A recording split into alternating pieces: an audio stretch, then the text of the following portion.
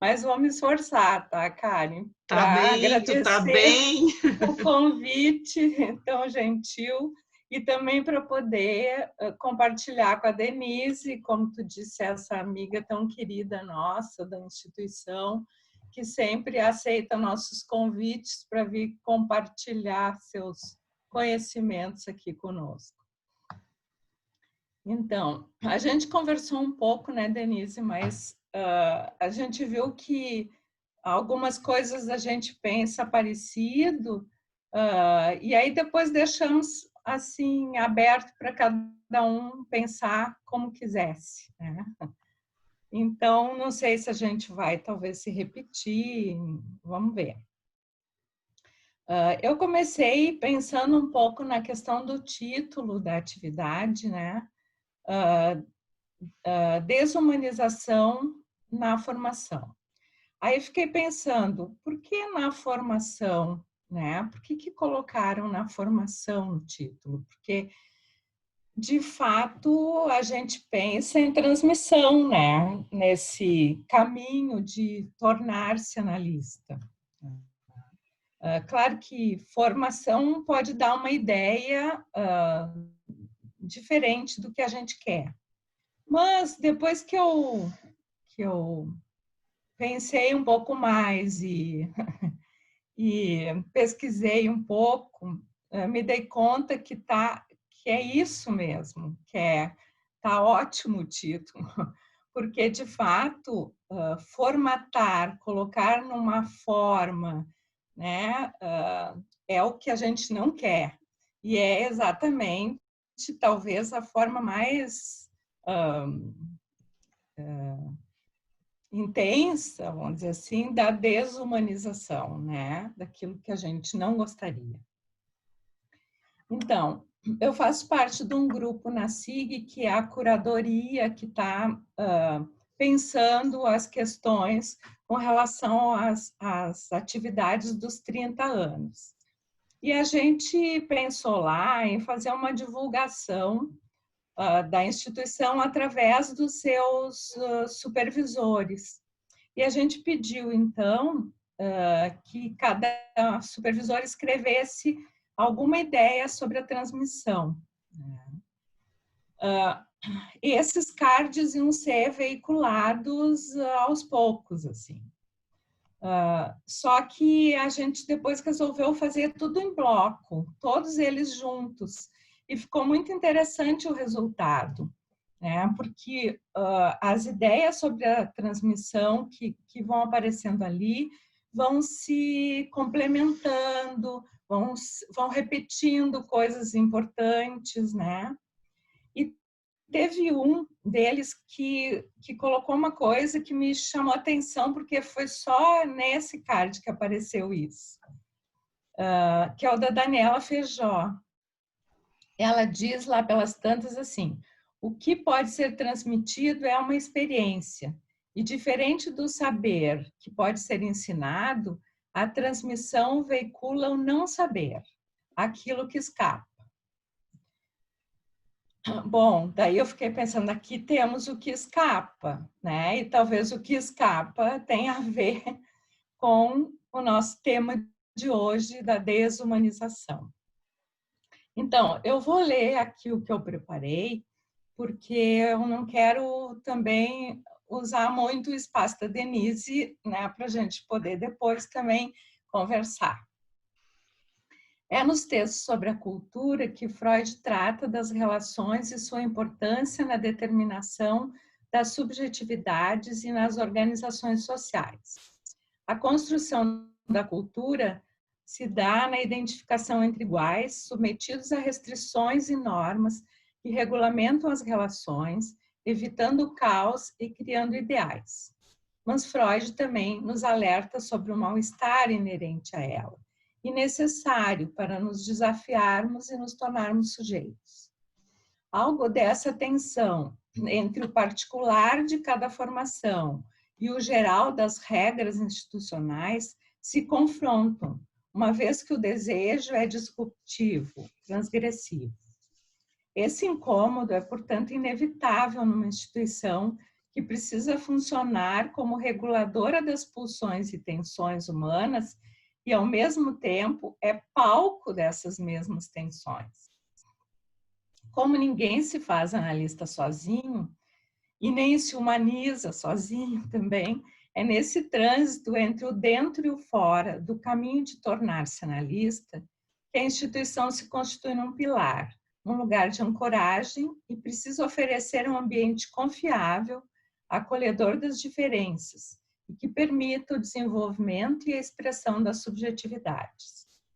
É próprio do humano a busca de se unificar no si mesmo e no entre pares. E nessa tentativa de unidade, exclui o diferente. O que é diferente de mim, de nós, do entre nós. Portanto, é preciso que o mal-estar tenha espaço apropriado para não tornar-se fonte de desentendimentos, desinvestimento libidinal e atuações na direção de desumanizar. Temos contradições. O humano contém em si o desumano, e o encontro com o semelhante pode desvelar o encontro conosco e com aquilo que escapa, o resto daquilo que não sabemos de nós. Somos vírus também. Podemos infectar e sermos infectados pelo mal. No entanto, o vírus não discrimina ninguém. Nós é que o fizemos. Portanto, não podemos negar, deixar de ver, desviar o olhar e não escutar o que se passa dentro e fora de nós. Quando construímos um inimigo ou um grupo deles, nossa capacidade humana de solidariedade e empatia fica suspensa. Da mesma forma, esquecemos da humanidade quando nos refugiamos em regras rígidas, insensíveis, protocolos que nos afastam do singular. O campo social contém a imprecisão entre o eu e o outro. A presença e o contato com esse outro, seja ele paciente, colega, supervisor ou o outro de si mesmo, tem um potencial traumático. Provoca muitas vezes um efeito de angústia, que se apresenta de forma surpreendente e incompreensível. É excesso porque nos joga no desamparo e ataca o narcisismo. Não é à toa que temos por aí uma gama infinita de livros de autoajuda, né? Roteiros prontos sempre acalmam a angústia. Conviver com essas questões e as tensionar, penso que é um dos sentidos do interminável do fazer-se analista. Uma vez que as invejas, tiranias, rivalidades fraternas, conflitos nunca totalmente metabolizados porque humanos, estarão sempre presentes nos movimentos institucionais.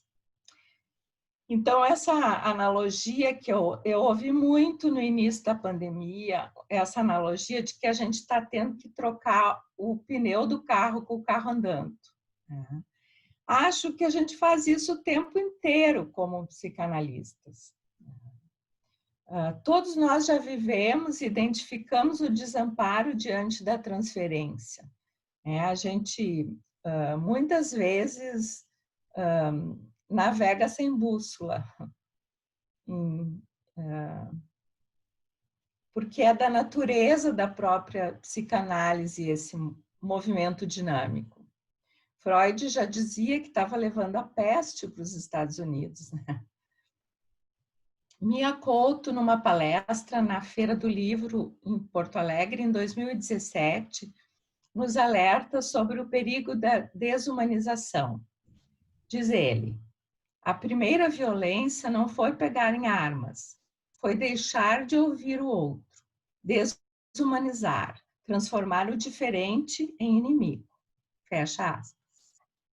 O desumano não é exclusividade das guerras e conflitos sociais. E está em nós quando somos indiferentes, insensíveis ou nos recusamos a compreender alguém.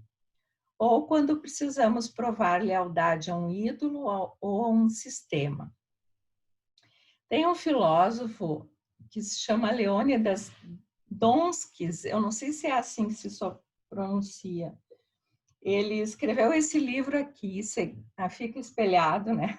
cegueira moral, junto com o Bauman.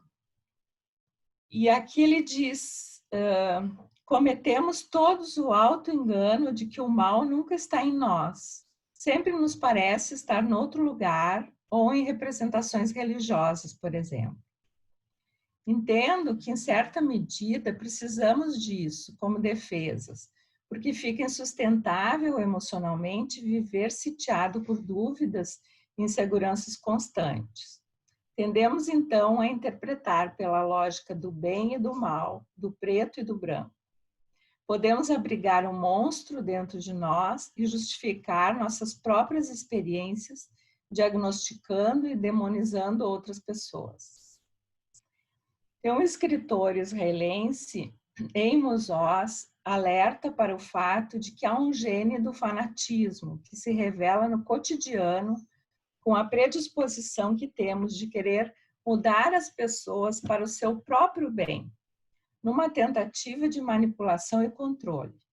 Isso pode se transformar em intolerância e fanatismo.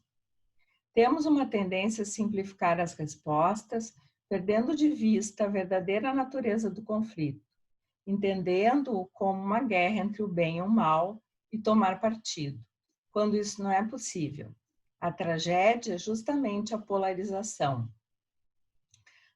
Oz diz, não há bandidos e mocinhos, e o fanático não tem ideais. Para este, o fim justificam os meios. Falar nesses temas me remetem a uma autora que sempre foi inspiração para mim. O pessoal da SIG sabe. Piero Lanier e o seu conceito de violência secundária e o tema da alienação. Ela tem 2 artigos especificamente, 2 capítulos do livro Um Intérprete em Busca de Sentido, no primeiro volume. Os 2 primeiros capítulos, ela reflete sobre as questões do ensino e das instituições de psicanálise. Eu recomendo, é uma leitura muito interessante.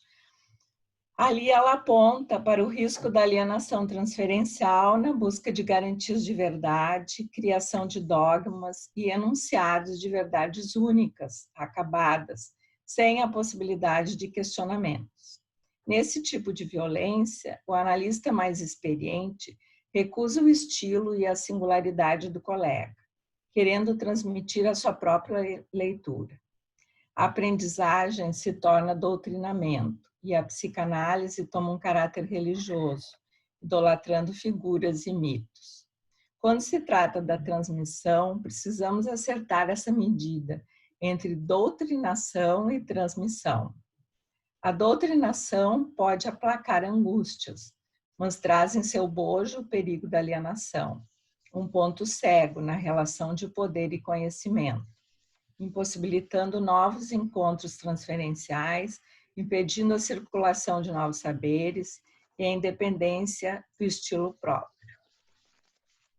Baseada nessas ideias, na jornada interna no ano passado, justamente quando a gente falava de Unheimlich, eu dizia que a utopia de uma caminhada sem tensões e conflitos não nos protege.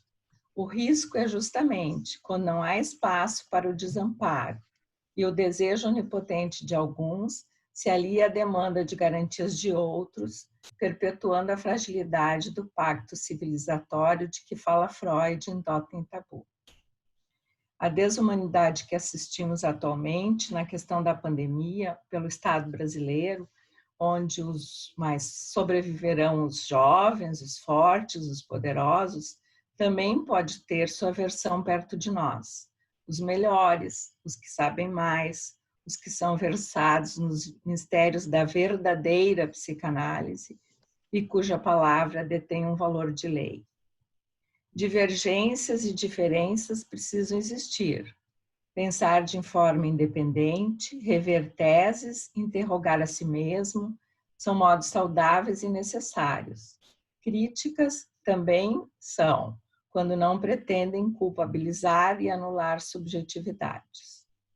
É preciso tolerância, respeito, responsabilidade ética uns com os outros.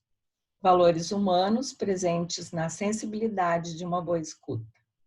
Na escuta, penso que estão os fundamentos do que é profundamente humano, a empatia isenta de julgamentos e a ética.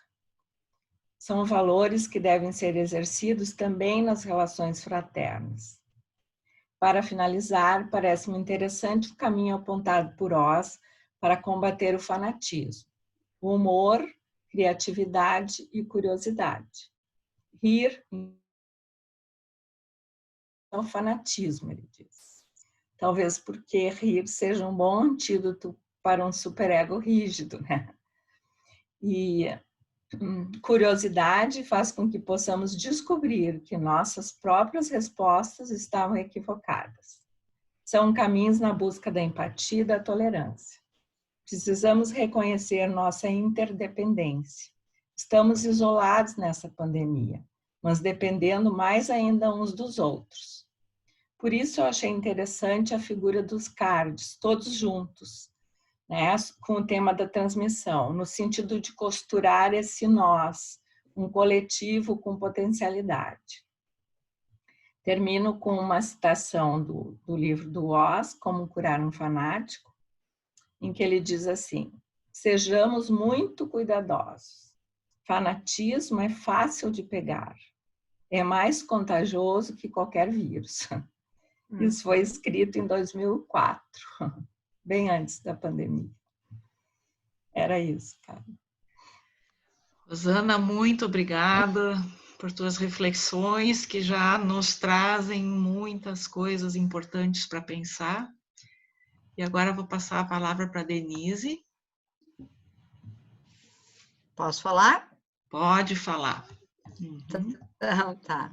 Bom, em primeiro lugar, né, como de praxe, mas muito mais do que de praxe, com muito carinho mesmo, eu queria agradecer teu convite, Karen, da tua comissão, porque é uma forma de oportunizar que eu reencontre, né, com minhas amigas desde sempre, né, na instituição, com amigas que se constituíram ao longo de todos esses meus anos de lida com a psicanálise,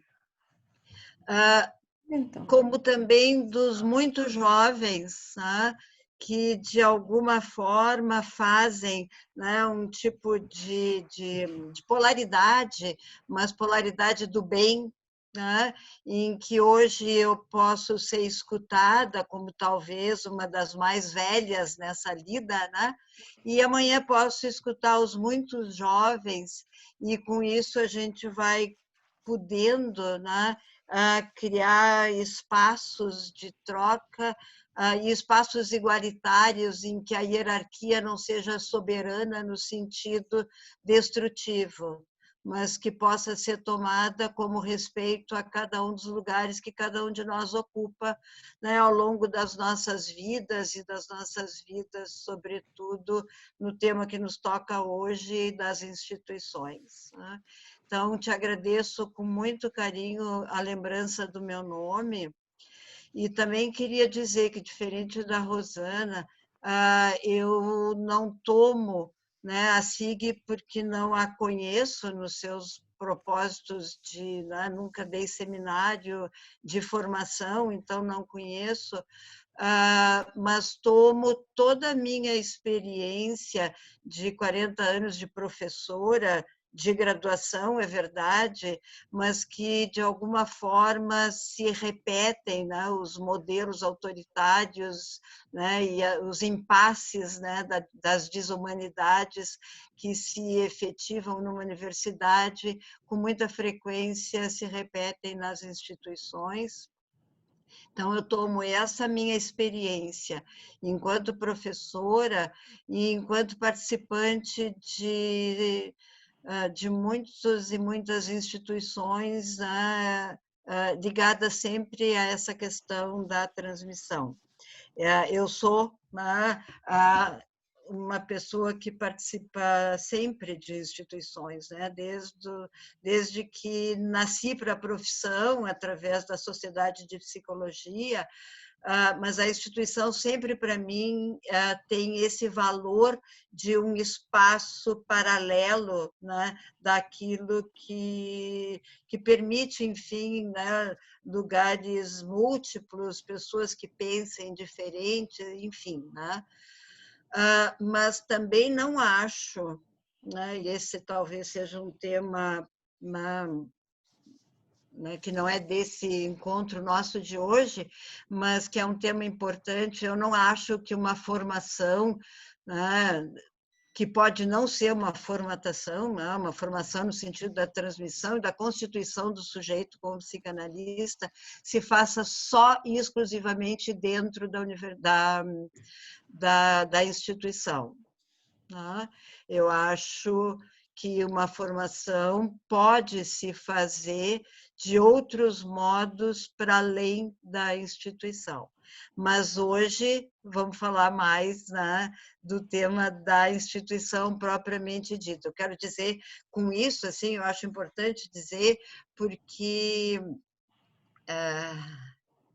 eu acredito na instituição, eu acho que ela é um espaço de amparo, acho que ela é um espaço de parcerias, de trocas, de experiências, mas não acho que seja excludente do ponto de vista, se não está ligado a uma instituição, não se constitui psicanalista.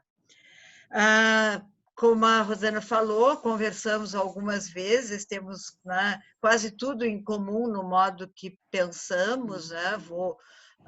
Como ela também, eu comecei e começo, né, com a questão do título.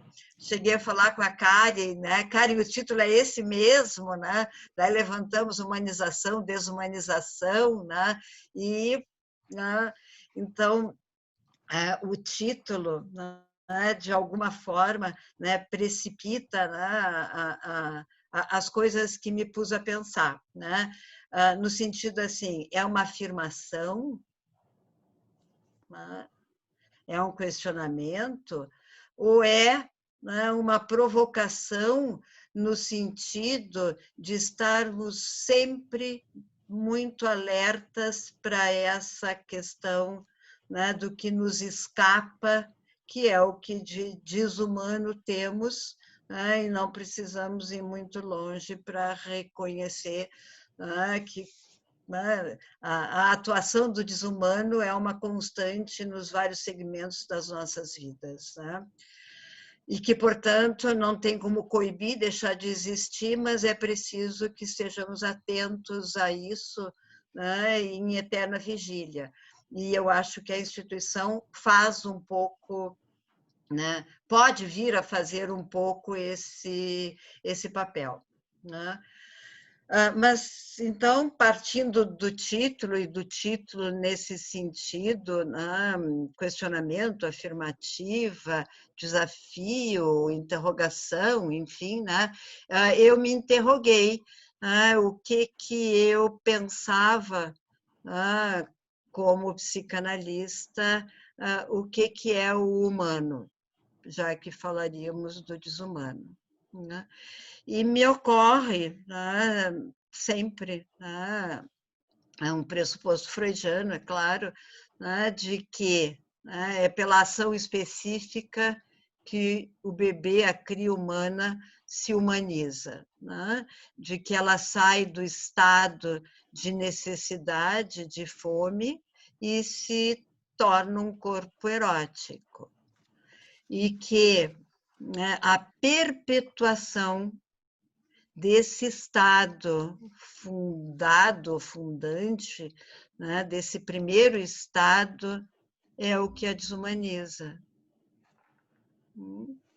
De que, se não pudermos, de alguma forma, sair desse estado de dependência total do objeto que nos funda e que nos dá, então, né, a convicção de onipotência, de saber, né, de totalidade, de, né, não reconhecimento do não eu, né, aquilo que, num primeiro tempo, nos humanizou e que tornou o bebê, a cria humana, né, um serzinho humano, né, vai ser atuado e vai ser exercido para sempre, né, desde esse lugar desumano do não reconhecimento do outro, do imaginar-se, né, da sua majestade o bebê, né, nesse sentido. Então, como mote, assim, como bordão, eu gostaria de ter essa frase, assim, né? Somos todos desumanos, sim, e precisamos estar sempre atentos para não atuarmos essa desumanidade, né? E podemos pensar isso desde os nossos filhos, né? Desde as nossas crias, né? Que vontade de mantê-los dependentes para todo sempre daquilo que nos dá o direito sobre eles, né? Não os perderíamos para as conquistas deles nas vidas, né? Teríamos eles sempre conosco, né? Nesse sentido, eu reafirmo, né, o que eu disse no início, de que é muito elogiável a proposta de falarmos sobre a instituição,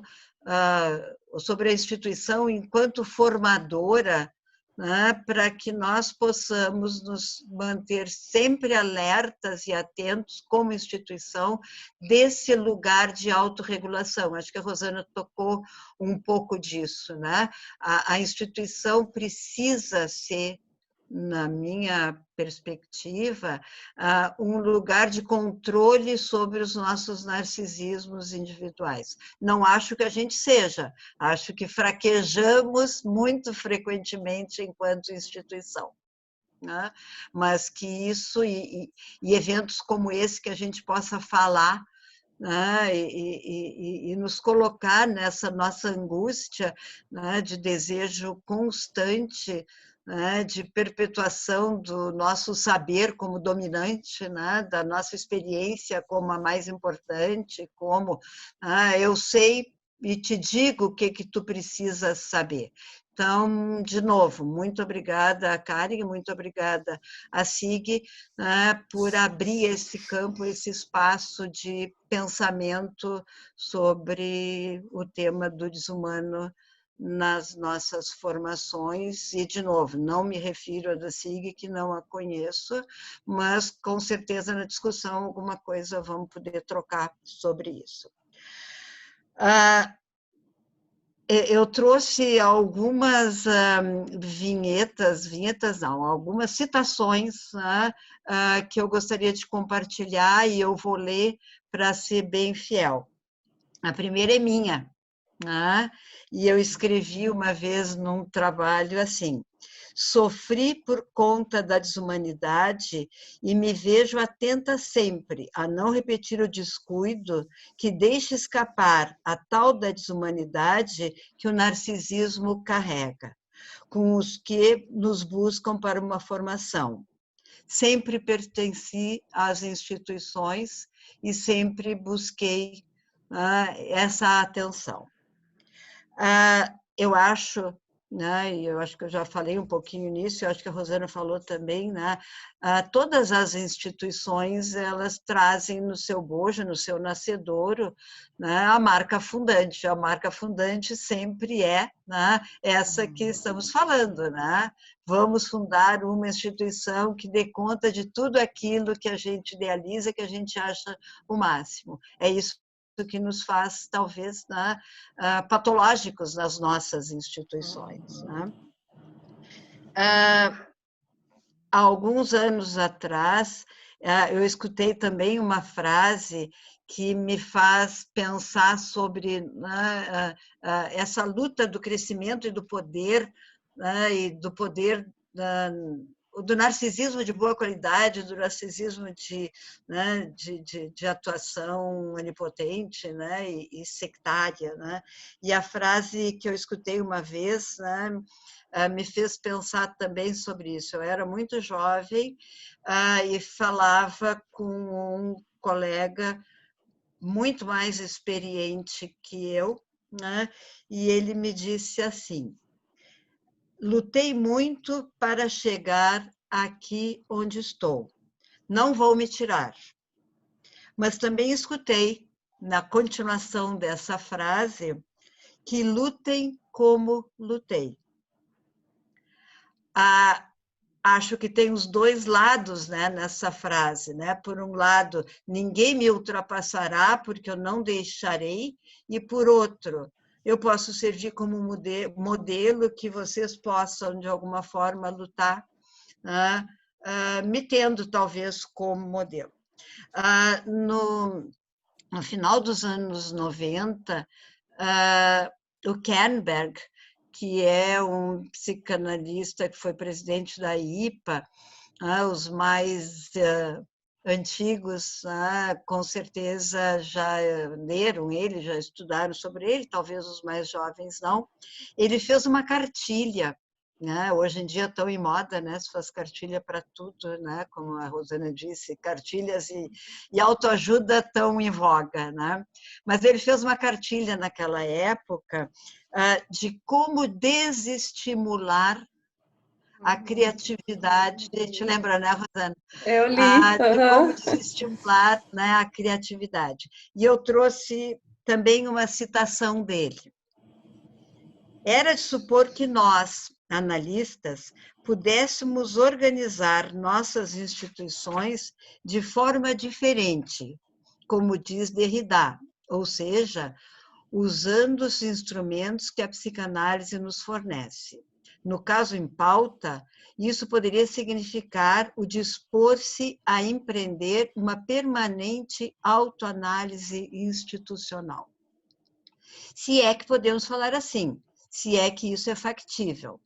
Tarefa fácil seguramente não seria, mas a dificuldade em conceber medidas que impeçam distorções tão graves não deveria ser um obstáculo, e sim um estímulo a executar um trabalho que se impõe e que nos convoca a todos.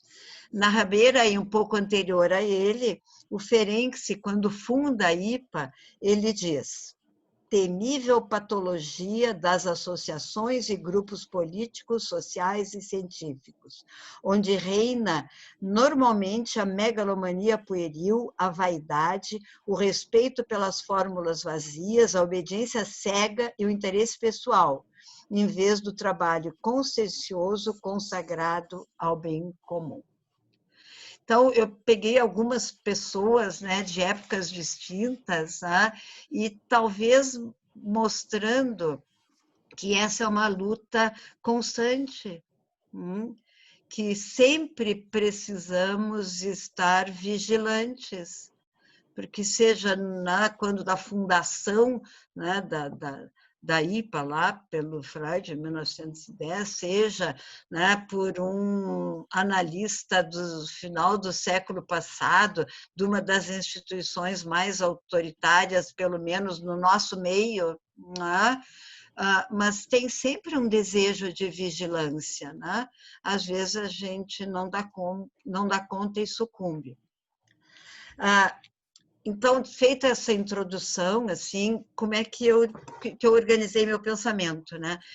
Eu organizei e tudo vai meio que se confundir, assim, né? Se fusionar, melhor dito, né? Vou tentar não confundir. A instituição, então, como espaço de regulação, a infantilização nos processos de formação, e o nosso desejo constante de que nós formemos pessoas com capacidade de juízo próprio, né? E que essa é a nossa luta, né? A instituição como espaço de regulação, eu acho que tem algumas variáveis, alguns pontos assim que me emergiram quando eu comecei a pensar no tema, né? Primeiro, é a questão que a gente tem na nossa base, na nossa entrada, as questões das transferências, né? Então, somos, né, sujeitos, né, que buscamos uma ou outra instituição para as nossas transferências, né? E nos desfazermos delas não no sentido daquilo que achamos interessante e acreditamos naquele sujeito, mas aquilo que é da ordem do infantil da transferência, né? De uma repetição e de uma perpetuação de obediência cega, né? Àquilo que é, né, o sujeito com o qual, né, a gente se transferenciou. Né? Então, acho que a questão da fidelidade, né, transferencial é um tema que eu penso muito importante, que sempre, né, nos acompanhe. Assim. E daí eu penso alguns... Bueno, agora pensei em mim como aluna ainda da PUC, e talvez algumas pessoas me acompanhem sobre isso, né? Eu não me lembro em que ano que deixou de ser feito o processo seletivo para o ingresso dos alunos da psicologia. Né? Se fazia uma seleção, né? Quem entrava e quem não entrava. Quem entrava, com certeza, usava E-Sharp de acordo com o desejo da instituição. Né? Dificilmente pessoas que pudessem, né, gerar um desconforto enquanto pensantes, né, já no início, né, do seu desejo né, de não pensar a psicologia como a psicologia que era proposta, não era aceita. Né? E nós perpetuamos por muitos anos. E o próprio fim do processo seletivo, que eu acho que se deu lá pelos anos 2000, 2005, né? Ou seja, quase 40 anos, né, de manutenção, né, desse direito a decidir sobre a vida dos outros e sobre a vida e os rumos da própria psicologia.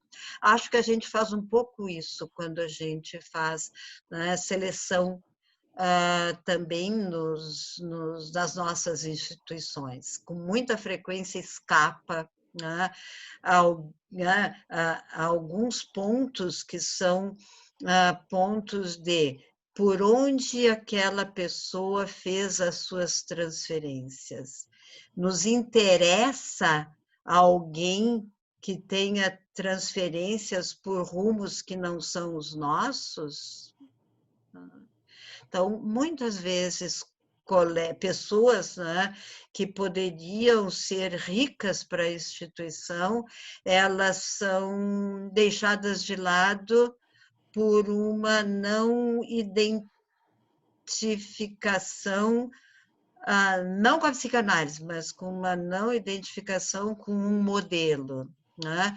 Eu entendo, vai ser trabalhoso, né? Quem sabe a instituição vai ter que lidar, né, com diferenças, às vezes, muito, muito fortes, né? Mas né, um pouco dessa questão, né, da não permissão a que alguém, né, traga algo do novo que mexa. É mais ou menos, de novo, né, um parênteses assim, eu tomei o exemplo, né, que bom seria se os nossos filhos não saíssem de perto, né, de nós no sentido do infantil, né? Quantas e quantas vezes a gente se angustia com os namorados e namoradas, amigos ou escolhas que os filhos fazem, como se a chegada desse novo ser na nossa casa viesse a bagunçar uma organização tão tradicional e tão bem feitinha, né, que temos nas nossas casas. De alguma forma, é disso que se fala, sim, também, né, nos processos seletivos institucionais. Né? Acho que algumas coisas relacionadas, por exemplo, bom, duas coisas que me ocorreram agora. Uma, nessa linha também, e já nos processos de ascensão institucional, a questão dos textos ou dos artigos ou daquilo que se publica, das nossas editoras, né, institucionais, né, como com muita frequência são rechaçados textos porque eles não citam os nossos, né, porque eles não priorizam um pensamento que é um pensamento institucional, porque não usam o mesmo modo, né, de escrita preconizado pela instituição. Uma instituição psicanalítica, a grosso modo, se pensa, eu acho, como devendo estar distanciada da universidade, da academia. E muito frequentemente nas nossas comissões editoriais, a academia prevalece até no sentido, né, dos reconhecimentos das nossas publicações. Então, se faz obediências, né, porque queremos que circule como as publicações universitárias, né, e não somos. Né? Então, acho que esses são impasses importantes que vivemos, né, desse lugar de liberdade. Né? Acho que as nossas revistas deveriam ser mais livres, né, e menos atreladas a essa ideia, né, do que é reconhecido do ponto de vista do campo acadêmico, mas é uma questão bem importante, bem discutível, né? Não é importante, bem polêmica nesse sentido, né? Acho que uma outra questão que me ocorre é uma tendência que temos, enquanto instituições, e eu não sou, deixa eu explicitar isso que eu acho importante, eu não tenho uma certeza absoluta do que é melhor, eu só acho que a gente tem que poder conversar sobre isso, né? Temos uma tendência a não gostar muito que, nos primeiros anos de formação, sobretudo com os textos clássicos, hajam questões muito polêmicas. Nos passa pela cabeça, como coordenadores, assim, mas ele ainda, ou ela, ainda nem leu e polemiza. Acho que para polemizar tem que ler, não tenho dúvida, mas cortar o ímpeto da polemização tem que ser com muito cuidado, porque uma leitura de qualquer texto, para que nós nos tornemos bons psicanalistas e bons sujeitos, é poder ler o texto, mas ler o texto desde o tempo que é escrito, desde a linguagem que é usada, com uma polemização saudável, com uma questão saudável. Então, que nós possamos, sim, enquanto coordenadores de seminário, sermos abertos às polemizações, sem deixar de lado o estímulo, ou talvez por isso mesmo, sendo estimulantes no sentido da leitura do clássico, sim, que eu sou completamente a favor. Em nenhum momento me passaria propor qualquer coisa que não seja vamos ler Freud, sim, de preferência todos os dias.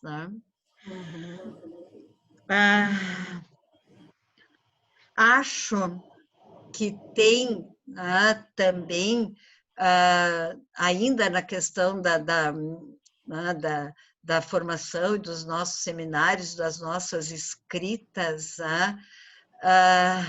tem também uma tendência com muita frequência da gente desqualificar não só autores diferentes da psicanálise, eu acho que os guetos teóricos, né, eu acho eles muito desumanos, né? Ridicularizar, ironizar, por exemplo, uma escolha teórica, porque a minha é outra e a da instituição é outra, né? E nisso também eu vou trazer um exemplo que é de universidade, mas que eu acho que elucida e ilustra um pouco o que eu estou pensando, assim, né? Nos cursos de graduação, ou por outra, vou ser mais específica, no curso de graduação da PUC, né, que isso eu vivi com muita força, né? Aos alunos era vedado, desde o primeiro ano, gostar de tudo. Tá? Tinha um corredor no pós, que eu não sei se ainda é assim, né? Mas tinha um corredor, e a polaridade na época em que isso eu me lembro mais forte era clínica e social. Então, um lado era clínico, outro lado era social. Ai do aluno que quisesse entrar nas portas uma na frente da outra. Não era permitido e ele ficava, coitado, sozinho no corredor, à deriva. Tem que escolher sem conhecer. Escolher por transferências, né? Sem conhecer, sem dúvida, né? E isso de uma forma tão forte que dificilmente, quando esses alunos, por exemplo, chegavam para a psicanálise, né, poder pensar que a psicanálise é social, isso estou falando de um tempo, né? Hoje eu penso que isso não é tão polarizado assim, né? A polarização está nos TCCs e os demais, enfim, né? Mas são polarizações de qualquer forma. E eu acho que nas instituições, né, esses guetos, né, teóricos, eles são desumanos, como se eu não pudesse, né, gostar de determinado autor ou supervisionar com um colega que pensa uma psicanálise que não é a hegemônica da instituição ao qual eu pertenço. É quase como se fosse o quê? O que tu vai fazer com esse ou com essa? Então, acho que essa desumanidade de tirar a todos nós, não só os jovens em formação, essa possibilidade de circularizar, de conhecer para criticar, de conhecer para dizer, né, não penso isso por conta disso, daquilo, né, e não por uma fé cega, transferencial, né, institucional. Então, acho que a desumanidade, né, nessa posse, né, nessa apropriação que muitas vezes, né, fazemos. Isso vale para guetos teóricos, mas para guetos, né, da clínica, né, da clínica que só pode ser transmitida aquela que se faz no consultório. E também aí eu vou trazer um exemplo da minha experiência de professora, em que, desde sempre, eu batalhava para que a psicanálise fosse, uma teoria que sustentasse outras práticas além da prática da psicoterapia, vamos chamar assim, no sentido, né, da clínica psicanalítica propriamente dita, né? Em muitas e muitas reuniões, essa minha posição era contestada, porque com isso eu estava propondo tirar o valor da psicanálise enquanto um saber específico de um campo que era poderoso, o da clínica. Né? Acho que sim, acho que se tira, mas que é ruim, eu tenho minhas dúvidas. Né? E eu acho que isso nas nossas formações também, né, o desvalor que se dá, né, a outras, né, possibilidades institucionais da psicanálise para além da clínica privada ou das nossas clínicas institucionais. Né? Como que isso é visto, como isso é vivido e como às vezes isso é desqualificado. Penso eu de novo que é da ordem do desumano, naquilo que eu falei, Sua Majestade o bebê passa a ser, né, a clínica propriamente dita. Né?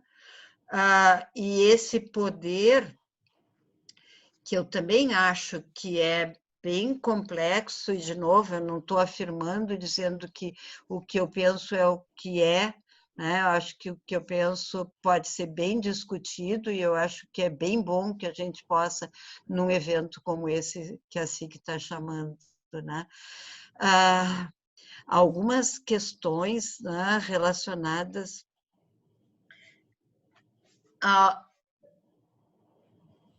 ao cuidado que muitas vezes é o substrato da afirmativa. Né? Eu entendo que a gente diga, né, não podemos permitir que a pessoa se diga psicanalista se ela não tem uma experiência de seu consultório.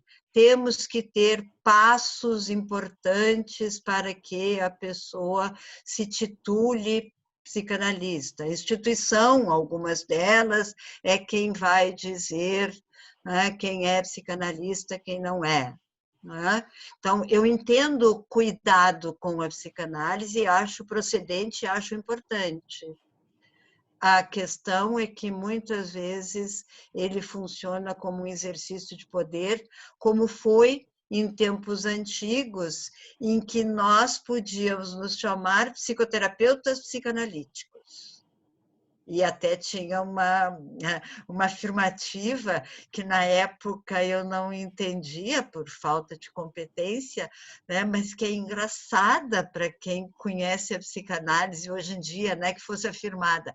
Não, um psicanalista psicoterapeuta, não, como é que é? Um psicoterapeuta de orientação psicanalítica não usa transferência na sua totalidade. Que mesmo que era isso. Só quando necessário. Lembra, né? Vivemos isso, né? Vivemos isso. Então, acho... Assim como a impossibilidade de entrar nas instituições, né? Claro, né? Então, eu entendo, né, que o oposto possa ser sabe, assim, essa coisa diluída, sem cuidado. Não é isso que eu penso que deva ser. Eu acho que a gente tem que ser, como instituição, extremamente cuidadoso, né? Mas também não podemos retomar, né, esse modelo do eu sei, o antigo sabe, o professor é que sabe. Né? Não, né? O quanto aprendemos com os jovens. Né? Karen, tu me corta quando tu achar que está na hora de me cortar. Eu acho que tu pode fazer uma finalização desta parte agora para a gente ir para o debate. O que te parece? Então tá. Já estamos finalizando, né? Vamos lá para o debate, né? E para todas essas questões que eu volto a dizer, eu acho importante, eu não tomei nenhum modelo de instituição, eu pude usar tudo que eu vivi desde muito jovem, né? E nas várias experiências, quer seja como um ser desejoso de ser psicanalista que podia usar a transferência pela metade não, 10%, né? Podia usar, até, né, quem está, né, pelos anos que passaram nesse lugar de transmissão há muito tempo. Então, muito obrigada.